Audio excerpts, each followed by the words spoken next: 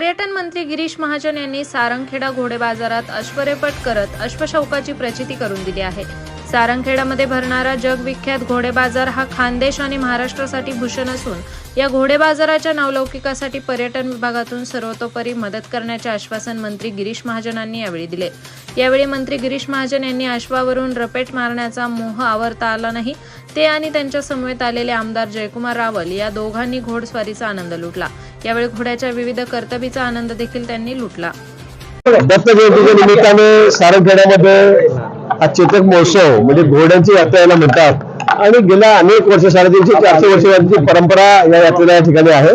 देशभरातले अतिशय नामांकित घोडे म्हणजे 8-8, 9-9, 10-10 कोटीपर्यंत रुपयाचे घोडे या ठिकाणी बाजारात विकायला येत आहेत, प्रदर्शनासाठी येत आहेत आणि एक खानदेशचा खरा बहुमान आहे, उत्तर महाराष्ट्राचा बहुमान आहे की एवढी मोठी यात्रा आपल्या सारंगखेड्यामध्ये या ठिकाणी भरते आणि देशभरातले लोक, सगळ्याच क्षेत्रातले लोक या ठिकाणी या यात्रेला हजेरी लावतात। आणि म्हणून सर्वप्रथम मी सर्वांना या यात्रेच्या निमित्ताने खूप खूप शुभेच्छा या ठिकाणी देतो।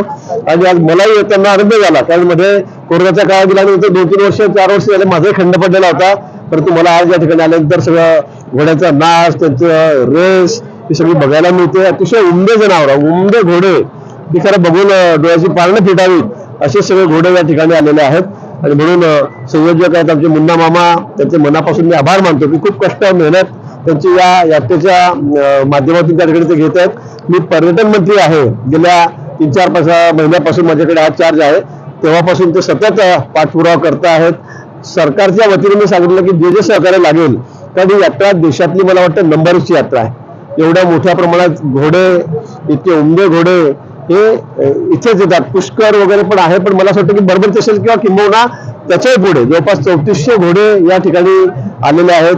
त्यांचे मालक, त्यांचे सांभाळणारे खूप मोठे मॅनपॉवर त्यांच्या मागे असते, ते या ठिकाणी सगळे आलेले आहेत। आणि म्हणून मुन्ना मामांना मी मनापासून धन्यवाद देतो।